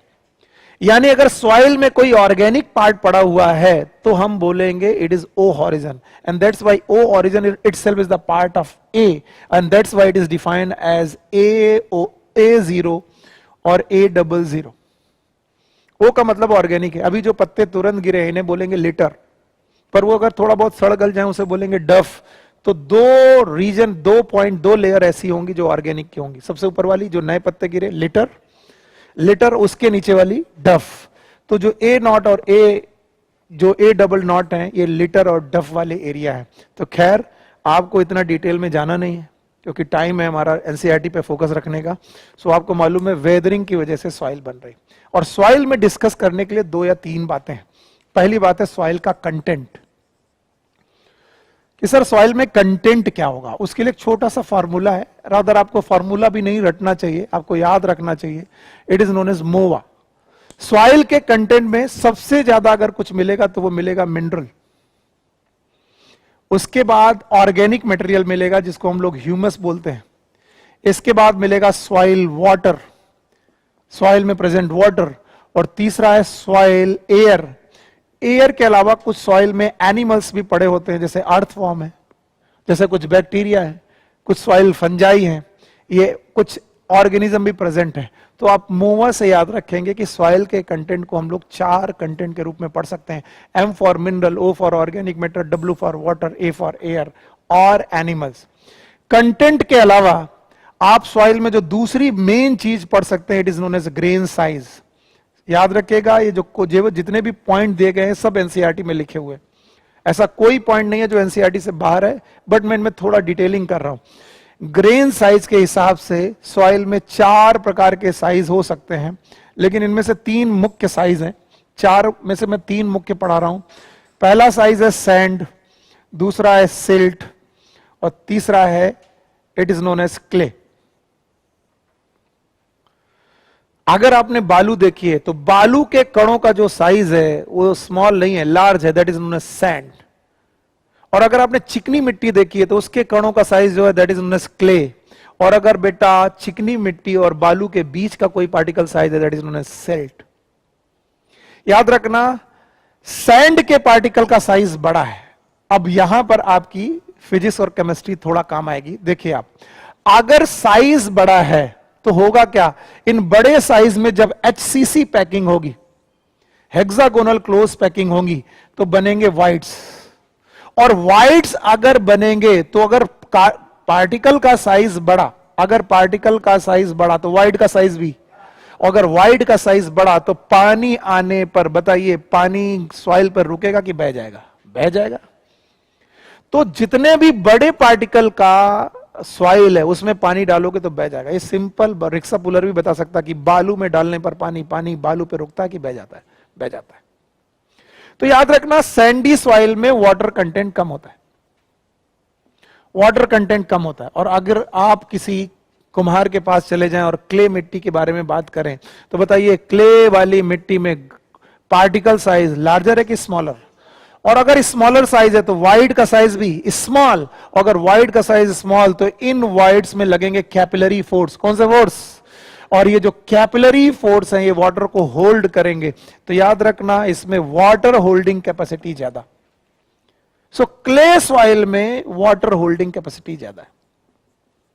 अब कुछ लोग इस पे बहुत ज्यादा बात करते हैं कि हमारे लिए प्रोडक्टिविटी के लिए, खेती करने के लिए कौन सी सॉइल अच्छी है। सुनिए, अगर हमने क्ले सॉइल ले ली तो हमें वाटर मिल जाएगा, लेकिन क्या नहीं मिलेगी? एयर।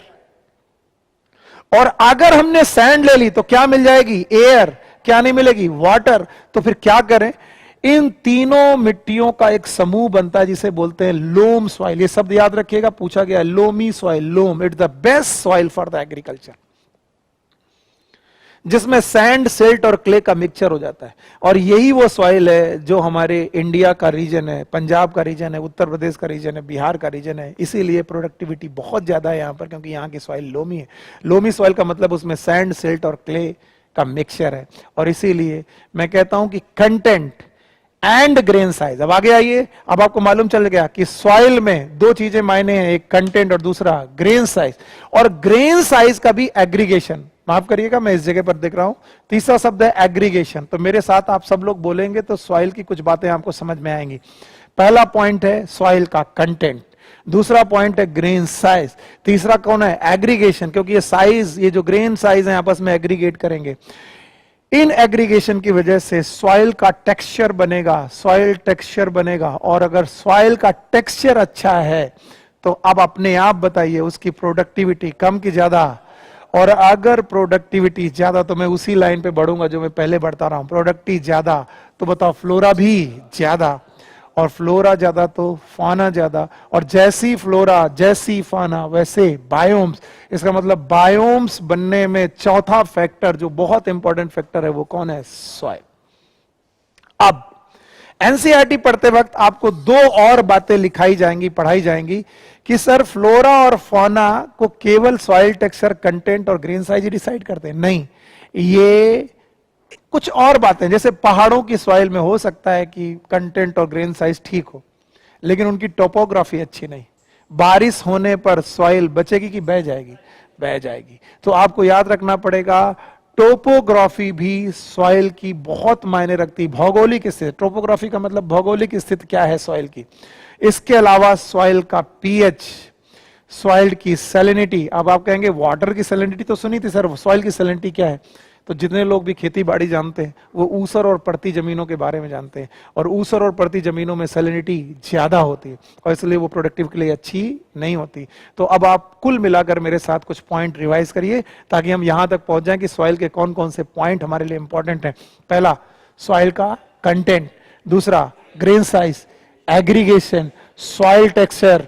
इसके अलावा टोपोग्राफी, पीएच एंड सैलिनिटी। और यकीन मानिए एनसीईआरटी जब पढ़ेंगे तो ये पॉइंट मिलेंगे, इनका एक्सप्लेनेशन नहीं मिलेगा जो मैंने आपको पढ़ा दिया। ये पॉइंट आपको इसी तरीके से मिलेंगे, content, grain size, aggregation, soil texture, topography, pH and salinity. ठीक, ये जो सॉइल है जो मैं तुम्हें पढ़ा रहा हूं, ये सॉइल है इन सीटू सॉइल।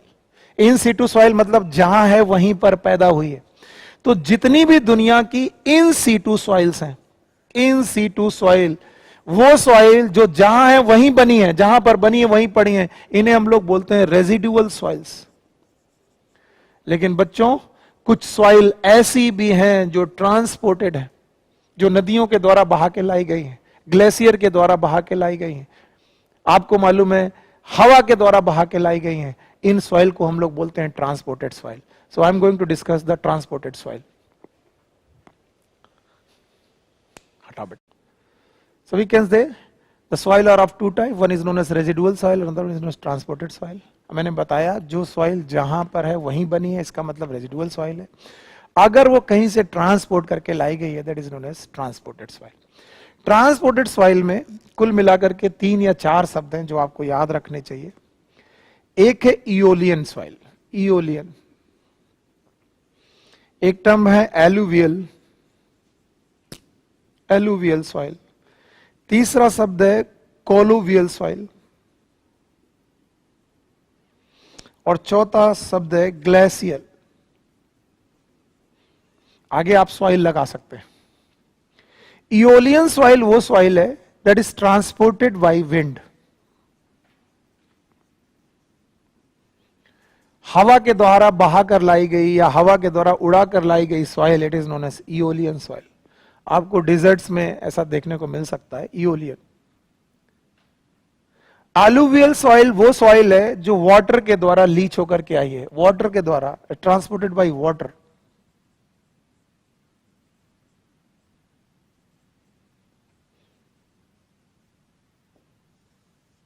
और तीसरी तरीके की सॉइल है colluvial soil, it is transported by gravity forces. अच्छा, यहां पर कुछ लोग इमेज नहीं बनती कि ग्रेविटी कैसे किसी चीज को ट्रांसपोर्ट कर सकती है, दिमाग में नहीं बनता कई बार। तो आप सोचिए, पहाड़ों पर प्रेजेंट सॉइल, अगर पहाड़ टूटकर जमीन में गिरने लगे तो क्या उसे हवा लेके आई, पानी लेके आया कि ग्रेविटी लेके? Gravity. That is known as colluvial soil. And the glacial soil, ये ग्लेशियर के द्वारा लाई गई सॉइल है। ग्लेशियर, ग्लेशियर होते हैं, these are the ice deposit. Ice deposit part हैं, जो बहुत ज्यादा आइस डिपॉजिट पार्ट हैं, उनको हम लोग ग्लेशियर बोलते हैं, उनके द्वारा लाई गई सॉइल है, इट इज नोन एज ग्लेशियर सॉइल। तो ट्रांसपोर्टेड सॉइल में मुख्य रूप से 4 प्रकार की soil, aeolian, colluvial, alluvial and glacial. Aeolian is transported by wind, alluvial is transported by water, colluvial is transported by gravity, and glacial is transported by the glacial forces. Thank you. हटाओ। So, अभी तक हम लोगों ने discuss कर लिए किसी भी बायोम के एबायोटिक फैक्टर्स, और कल के डिस्कशन में हमने पढ़ा था कि जो ये एबायोटिक फैक्टर है, these are the part of environment. और मैं आपको पढ़ा चुका हूं कि इन्वायरमेंट इज वेरिएबल। अभी आपको फिर से कनेक्ट करता हूं इस शब्द से कि वेरिएबल का मतलब क्या है। मैंने कहा कि आप एबायोटिक फैक्टर में 4 कोई भी फैक्टर ले लीजिए, चारों फैक्टर ले लीजिए, टेम्परेचर ले लीजिए, वाटर ले लीजिए, लाइट ले लीजिए और सॉइल ले लीजिए। क्या बताइए दुनिया की हर जगह का टेम्परेचर एक जैसा है? No, it's variable. Likewise water variable है, लाइट वेरिएबल है, और सॉइल भी वेरिएबल है, और ये इन्वायरमेंट एक वेरिएबल कंडीशन प्रोड्यूस करता है। इस वेरिएबल कंडीशन की वजह से ऑर्गेनिज्म, ये रहे ऑर्गेनिज्म, ऑर्गेनिज्म पर एक प्रेशर पड़ता है, क्योंकि एनवायरनमेंट बदल रहा, और इस बदलते हुए एनवायरनमेंट में ऑर्गेनिज्म करता है स्ट्रगल। देखिए, इसको और फीलिंग के साथ पढ़ते हैं और पूछते हैं क्या सर, अगर बहुत गर्मी, बहुत सर्दी बार बार आपके साथ हो रही है तो आप स्ट्रगल करेंगे, आपको जुकाम होगा, आपको बीमारियां होंगी। और ये स्ट्रगल किस लिए है? Struggle for existence. आप इस बात को डार्विनिज्म के साथ जोड़ करके देख सकते हैं कि जैसे ही एनवायरनमेंट वेरी किया, ऑर्गेनिज्म स्ट्रगल करने लगा फॉर एग्जिस्टेंस। और अगर ऑर्गेनिज्म को यह स्ट्रगल जीतना है तो डार्विन ही कह के गए हैं कि ऑर्गेनिज्म को रहना पड़ेगा फिट। अगर ऑर्गेनिज्म फिट नहीं हुआ तो फेल हो जाएगा, अगर ऑर्गेनिज्म फिट नहीं हुआ तो फेल हो जाएगा और वो सरवाइव नहीं कर पाएगा। क्यों? क्योंकि उन्होंने एक शब्द दिया है, सर्वाइवल ऑफ फिटेस्ट।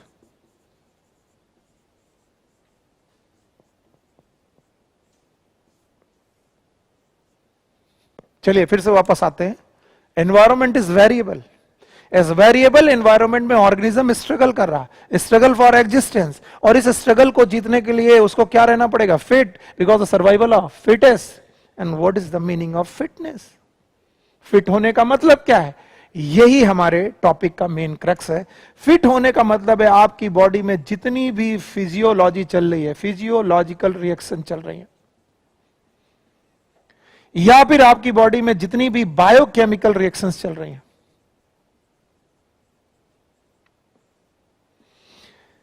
इनका जो रेट हो, याद रखना, इनका जो रेट हो ये ऑप्टिमम हो जाए। मैंने मैक्सिमम बोला ही नहीं, ना मैंने मिनिमम बोला। कई बार बच्चे बोलते हैं कि सर मैक्सिमम रेट हो जाए। नो, ना मुझे मैक्सिमम रेट चाहिए, ना मिनिमम रेट चाहिए, मुझे ऑप्टिमम रेट चाहिए।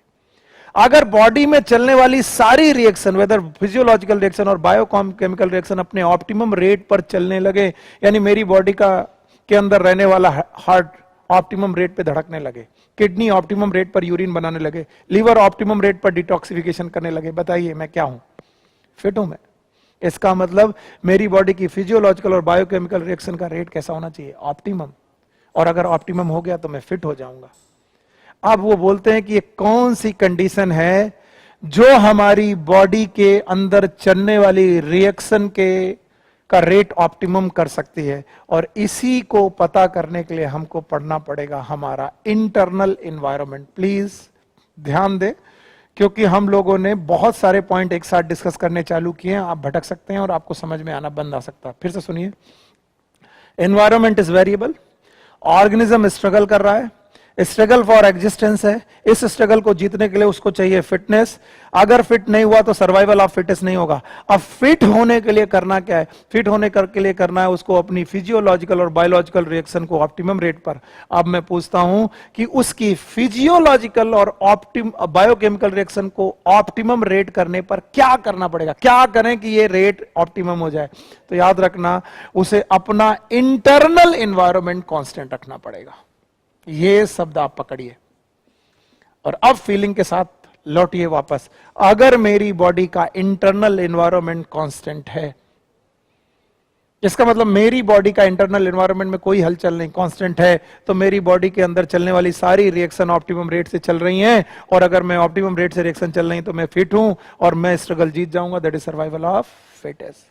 अब क्वेश्चन ये बनता है कि इंटरनल एनवायरनमेंट कांस्टेंट करने के लिए क्या करें? इंटरनल एनवायरनमेंट को कांस्टेंट करने के लिए क्या करें? सर जी, बाहर का एनवायरनमेंट वेरिएबल, लेकिन बॉडी का एनवायरनमेंट कांस्टेंट रखना है। तो वेरिएबल एनवायरनमेंट के रेस्पेक्ट में, बाहर के वेरिएबल एनवायरनमेंट के रेस्पेक्ट में, हमें इंटरनल एनवायरनमेंट को कांस्टेंट रखने के लिए जो रेस्पॉन्स बॉडी पैदा करती है, ऑर्गेनिज्म के जो रेस्पॉन्स बॉडी पैदा करती है, उसी को हम लोग पढ़ रहे जा रहे हैं, रेस्पॉन्ड टू एबायोटिक फैक्टर। अगर हमारी बॉडी इंटरनल एनवायरनमेंट को कांस्टेंट रखने की क्षमता रखती है, then it is known as homeostasis. अब एक और शब्द है जो एक साथ आपके सामने आ चुका है, होमियोस्टेसिस। भूलिएगा मत, homeostasis it is ability, it is an ability. देखिए बहुत सारे शब्द आने पर आप घबरा जाएंगे, लेकिन पढ़ना आसानी से। कोई पूछे व्हाट इज होम्योस्टेसिस, मेरा स्टूडेंट अगर बोल देता है कि एबिलिटी, मैं जानता हूं कि बच्चे को आता है। अब बोलेंगे व्हाट एबिलिटी किस बात की, चलिए पढ़ते हैं। Homeostasis, it is an ability to maintain its internal environment constant so that physiological and biochemical reaction can occur at optimum rate, which result into the fitness of the body, and that will cause the survival of fittest। तो इस दुनिया में जो भी organism है वो इस दुनिया में जिंदा रहने के लिए ही आया है, और जिंदा रहने के लिए आया है तो वो अपनी बॉडी का कांस्टेंट इंटरनल एनवायरनमेंट रखना चाहता होगा। इसका मतलब है होम्योस्टेसिस मेंटेन करना चाहता होगा। और इस होम्योस्टेसिस को मेंटेन करने के लिए जो जो रिस्पॉन्सेस बॉडी पैदा करती है, उन्हीं रिस्पॉन्सेस को हम लोग बोलते हैं respond to abiotic factor. NCERT में एक एनालॉजी दी गई है, हम लोग एनसीईआरटी को लेकर के अपने साथ चल रहे हैं। एनालॉजी दी गई है, एक एग्जाम्पल दिया गया जिससे इस रेस्पॉन्स को समझाने की कोशिश की गई है। उन्होंने बोला there is a mister A, जिनको 25 डिग्री सेंटीग्रेड टेम्परेचर के, अगर उनके आसपास का एम्बियंस का, उनके माहौल का, आसपास जहां पर वो रहते हैं, अगर 25 डिग्री टेम्परेचर हो तो वो अच्छा काम करते हैं, अच्छी तरीके से वो परेशान नहीं होते। तो बोलते हैं अगर गर्मियों में जब टेम्परेचर 35 से 40 डिग्री टेम्परेचर हो चुका है तो बताइए वो इजी फील करेंगे कि अनइजी? अनइजी। तो बताइए इस अनइजी कंडीशन में ये मिस्टर ए क्या करेंगे? मिस्टर ए एसी ऑन करेंगे, एयर कंडीशन ऑन करेंगे, जिससे वो टेम्परेचर 25 डिग्री आ जाएगा। या फिर सर्दियों में जब टेम्परेचर 10 डिग्री सेंटीग्रेड चला गया होगा तो मिस्टर ए को अनइजी फील होगा। अब ये क्या करेंगे? ये हीटर ऑन करेंगे। याद रखना, जैसे कि इन्वायरमेंट में एसी और हीटर काम करते हैं, वैसे हमारी बॉडी में कुछ रेस्पॉन्सेस काम करते हैं जो हमारी बॉडी के इंटरनल एनवायरनमेंट को क्या करते हैं? कांस्टेंट। सो मेरे लिए एक डेफिनेशन बहुत मायने रख जाती है, दैट इज होम्योस्टेसिस। अगर आप होम्योस्टेसिस नाम की डेफिनेशन को समझाते हैं तो मैं समझता हूं इट विल बी गुड। चलिए, homeostasis is an ability to maintain internal environment constant so that physiological and biochemical reaction can occur at optimum rate, which result into the fitness of body, which help in the survival of fittest। तो variable environment में fit रहने के लिए आपको homeostasis maintain करनी पड़ेगी। और इस दुनिया में कुछ ऑर्गेनिज्म है जो इस होम्योस्टेसिस को रेगुलेट कर सकते हैं, कुछ नहीं कर सकते। इसलिए रिस्पांस के रूप में टोटल 4 रेस्पॉन्सेस या 5 रेस्पॉन्सेस हैं, जिनकी एक लिस्ट है। मैं एक लिस्ट यहां पर बना के आपके सामने रखता हूं और उनकी डिटेल में बाद में पढ़ाऊंगा। पहली है रेगुलेटर्स, जो इस होम्योस्टेसिस को रेगुलेट कर लेते हैं, these are known as regulators. दूसरे लोग हैं कॉन्फॉर्मर्स, जो होम्योस्टेसिस को रेगुलेट नहीं कर पाते हैं, these are known as conformers. तीसरे तरीके के लोग हैं जो इन दोनों के बीच में हैं, these are known as partial regulators. Partial regulators, याद रखना ये 3 मुख्य है, one is known as regulator, another one is known as conformer, तीसरे बोलते हैं पार्शियल रेगुलेटर्स। और 2 और रेस्पॉन्सेज हैं जो आपको पढ़ने पड़ेंगे। एक है माइग्रेशन, माइग्रेशन, और 5वां एक और रेस्पॉन्स है जिसे हम पढ़ेंगे सस्पेंशन। सो अगर मैं पूछूं कि इस पूरे टॉपिक में कितने रेस्पॉन्सेस हैं जो हमें पढ़ने पड़ेंगे, सो ये 5 रेस्पॉन्सेस हैं। Number 1 is regulator, another one is known as conformer, तीसरे हैं पार्शियल रेगुलेटर, चौथे हैं माइग्रेशन, और 5वें हैं सस्पेंशन। और इस पूरे टॉपिक के दौरान मैं एक चीज आपको बताना भूल गया कि इंटरनल एनवायरनमेंट मायने क्या। सर माना इंटरनल एनवायरनमेंट हमें कांस्टेंट रखना है, इट्स ओके, लेकिन इंटरनल एनवायरनमेंट में क्या कांस्टेंट रखना है? बीपी कांस्टेंट रखना है? क्या कांस्टेंट रखना है वो बताइए। देखिए बहुत सारे फैक्टर हैं, लेकिन एनसीईआरटी के हिसाब से 2 मुख्य इंटरनल एनवायरनमेंट हैं जो हर ऑर्गेनिज्म अपना कांस्टेंट रखना चाहता है। One is known as temperature, जो अपनी बॉडी का टेम्परेचर रेगुलेट कर लेगा, जो अपने टेम्परेचर को मेंटेन कर लेगा, वो अपने इंटरनल एनवायरनमेंट को मेंटेन कर लेगा। और दूसरा है ऑस्मोटिक कंसंट्रेशन। ऑस्मोटिक कंसंट्रेशन क्यों? अभी आप वापस चलिए, जब मैंने आपको 2 मेन फैक्टर पढ़ाए थे, the most relevant factor is temperature, and the second most relevant को है water.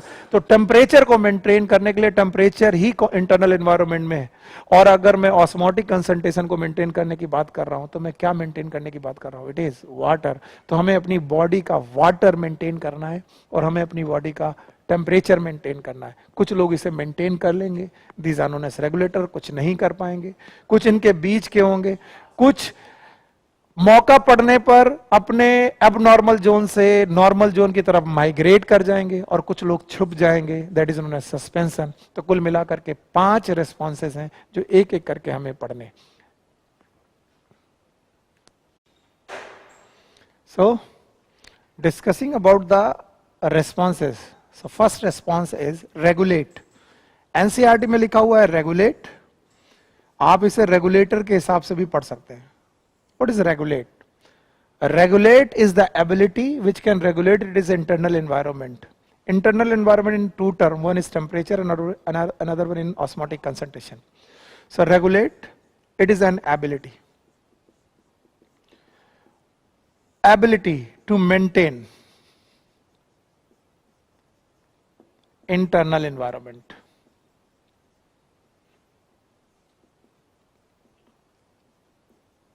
Constant, and as you know the internal environment are of 2 type. One is temperature. वैसे तो बहुत सारी चीजें हैं लेकिन 2 चीजों को रेगुलेट कर रहा है। One is temperature. अगर कोई टेम्परेचर को रेगुलेट कर लेता है तो हम इसे बोलते हैं थर्मो रेगुलेटर। Thermo regulators. और अगर कोई अपने ऑस्मोटिक कंसंट्रेशन को रेगुलेट कर लेता है, ऑस्मोटिक कंसंट्रेशन को रेगुलेट अगर कर ले तो हम लोग इसे बोलते हैं ऑस्मो रेगुलेटर। पर जब आप पढ़ेंगे तो मोस्ट ऑफ द टाइम आपको ऑस्मो रेगुलेटर पे लोग फीचर नहीं करते, ज्यादातर समय पर आपको थर्मो रेगुलेटर पर ही फीचर करते हैं और पढ़ाते जाते हैं। उसका एक रीजन है, और वो रीजन क्या है कि किसी भी ऑर्गेनिज्म के जो एक्सक्रीटरी ऑर्गन है, एक्सक्रीटरी ऑर्गन है, वो एक्सक्रीशन के साथ साथ ऑस्मो रेगुलेशन करके दे देते हैं। ऑस्मो रेगुलेशन करके दे देते हैं। अगर मैं ये पढ़ाने की कोशिश करूं तो आपको मैं टोटल 10 फाइलम में एक एक तरफ से लेके चलता हूं। अगर मैं प्रोटोजोआ को भी एक फाइलम मान के चलूं तो उनकी general body surface membrane, plasma membrane से एक्सक्रीशन हो रहा है, और क्या हो रहा है? Osmo regulation. अमीबा की बात की जाए तो अमीबा में contractile vacuole, that is the you know organ of the osmo regulation. Protozoa के बाद आप पोरीफेरा में आए, जनरल बॉडी सरफेस। सीलेंटेटा में आए, जनरल बॉडी सरफेस। प्लेटी हेलमेंथिस याद करें तो आपको मिलेंगी फ्लेम सेल्स। एसके हेलमेंथिस में आएंगे आपको रेनेट सेल मिलेंगी, एच सेल सेप्ट होती है। ऑर्थवर्म में आएंगे नेफ्रीडिया। इसके बाद आप मोलस्का में चले जाएं, इकाइनोडर्मेटा में चले जाएं, कॉर्डेटा में। जब कॉर्डेटा में आते हैं तो 5 वर्टिब्रेटा के 5 लोगों में नाम आता है, fish, amphibian, reptiles, birds and mammal. You know that Chordata के मेंबर के पास है किडनी, और किडनी दोनों काम करके दे रही है, एक्सक्रीशन और ऑस्मोरल। So most of the organism, not all, they can regulate their osmotic concentration, and that's why osmoregulation is not a problem most of the time, but thermoregulation is a problem. Thermoregulation सबके बस की बात नहीं है और सब लोग कर भी नहीं पाते। इसलिए जब कभी भी हम लोग रेगुलेटर की बात करते हैं तो ऑस्मो रेगुलेटर को छोड़कर सीधे थर्मोरेगुलेटर की बात करने लगते हैं। Which can regulate, they are known as thermoregulator, or which cannot regulate, they are not the thermoregulators. So thermoregulations की बात जब चलती है तो केवल 2 ऐसे ग्रुप हैं ऑर्गेनिज्म के जो थर्मोरेगुलेशन को अच्छी तरीके से मेंटेन कर सकते हैं। One is known as birds, जिन्हें आप एप्स के नाम से भी जानते हैं, और दूसरे हैं मैमल्स। तो इस पूरी दुनिया में एप्स और मैमल्स ही ऐसे एनिमल्स हैं। There are some plant also, they are rare plant, लेकिन most of the plant are not, which can not regulate their temperature, but birds and mammals they can regulate their temperature.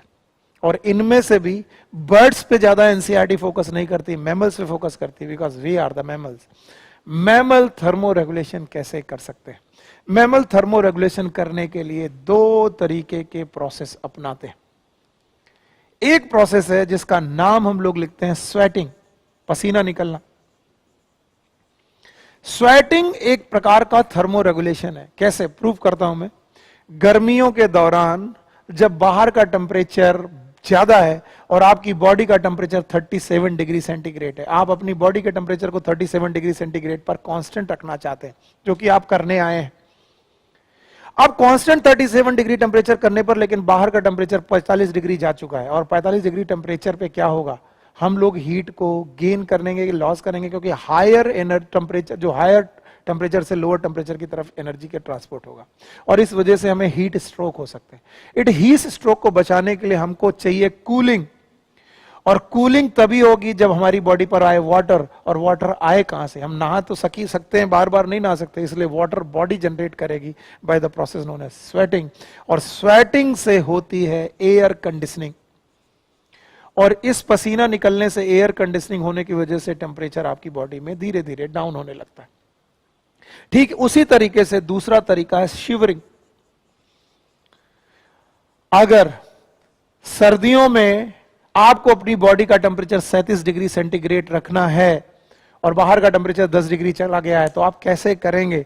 आपको exercise करनी पड़ेगी। अगर आप exercise नहीं कर पा रहे तो बॉडी अपने आप में एक एक्सरसाइज करवाएगी, that is known as shivering. Shivering एक तरीके की एक्सरसाइज है, और इस एक्सरसाइज की वजह से आपकी मसल कॉन्ट्रैक्शन बढ़ेंगे, और इन मसल कॉन्ट्रैक्शन बढ़ने की वजह से बॉडी का टेम्परेचर धीरे धीरे ऊपर बढ़ने लगेगा। टेम्परेचर मायने हम लोग कोर टेम्परेचर की बात कर रहे हैं। कई बार शिवरिंग करने पर भी फिंगर्स, नोज, ईयर टिप्स, इन सब के टेम्परेचर बढ़ नहीं पाते, इसीलिए आपको मालूम है सब सर्द रहते हैं, लेकिन हमारा जो कोर टेम्परेचर होता है, जो बॉडी का कोर टेम्परेचर होता है, वो धीरे धीरे इंक्रीज करने लगता है। अगर हम इसमें फेल हो जाएंगे तो हम बीमार पड़ जाएंगे। तो याद रखना, थर्मो रेगुलेशन हमारा मेन फैक्टर पड़ता है। और आप याद करिए, थर्मो रेगुलेशन के हिसाब से ऑर्गेनिज्म इस दुनिया में डिस्ट्रीब्यूटेड है। मैंने आपको बताया था कि कनाडा और जर्मनी में मैंगो नहीं है।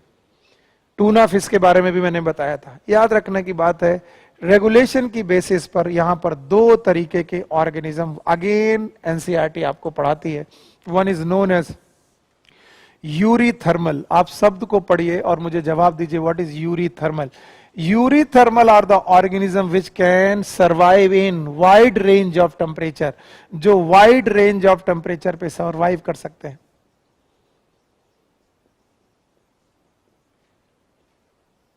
और दूसरे तरीके के लोग हैं, these are known as stenothermal, जो नैरो रेंज ऑफ टेम्परेचर पे सर्वाइव करते हैं। तो मैंने आपको पहले पढ़ा रखा था, there are two kind of organism on the basis of eurythermal and stenothermal. मैं ये वाला एरिया आपको एक ग्राफ के माध्यम से समझाने की कोशिश करता हूं। अगर आप इसको एक बार रिवाइज कर लें तो रेगुलेशन का मतलब है ability to maintain the internal environment constant. Internal environment को कांस्टेंट रखने के लिए दो बातें, एक टेम्परेचर और दूसरा है ऑस्मोटिक कंसंट्रेशन। अगर टेम्परेचर को रेगुलेट कर रहे हैं तो हम लोग बोलेंगे थर्मो रेगुलेटर, अगर ऑस्मोटिक कंसंट्रेशन को रेगुलेट कर रहे हैं तो ऑस्मो रेगुलेटर। ऑस्मो रेगुलेशन करने के लिए हमारे पास ऑर्गन का नाम है excretory organ. Now make a graph. हमारे पास दो एक्सिस हैं, एक एक्स एक्सिस और एक वाई एक्सिस। समझने की जरूरत है कि हमने वाई एक्सिस पे अपना इंटरनल टेम्परेचर मेंटेन किया हुआ है, इंटरनल टेम्परेचर, और एक्स एक्सिस पर हमने एक्सटर्नल टेम्परेचर की बात की है। आप इसे 0 डिग्री से भी मेंटेन कर सकते हैं, 0 से 10, 20, 30, 40, 50, 60 एंड सो ऑन। और मैं ये मान के चलूं कि ह्यूमन बॉडी का टेम्परेचर 37 डिग्री टेम्परेचर है। अब जो ऑर्गेनिज्म अपनी बॉडी का टेम्परेचर रेगुलेट कर सकते हैं, याद रखिए, बाहर का टेम्परेचर यानी एक्सटर्नल टेम्परेचर 0 होगा, लेकिन उनकी बॉडी का टेम्परेचर कितना होगा? 37।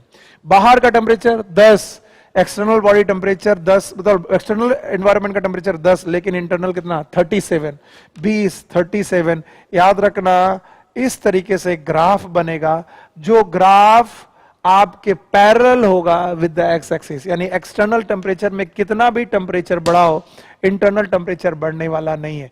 तो आपको जब कभी भी रिस्पांस वाले ग्राफ पढ़ने होंगे तो ये ग्राफ वो ग्राफ हैं जिनमें एक्सटर्नल टेम्परेचर बढ़ाने के बावजूद भी बॉडी का इंटरनल टेम्परेचर चेंज नहीं हो रहा।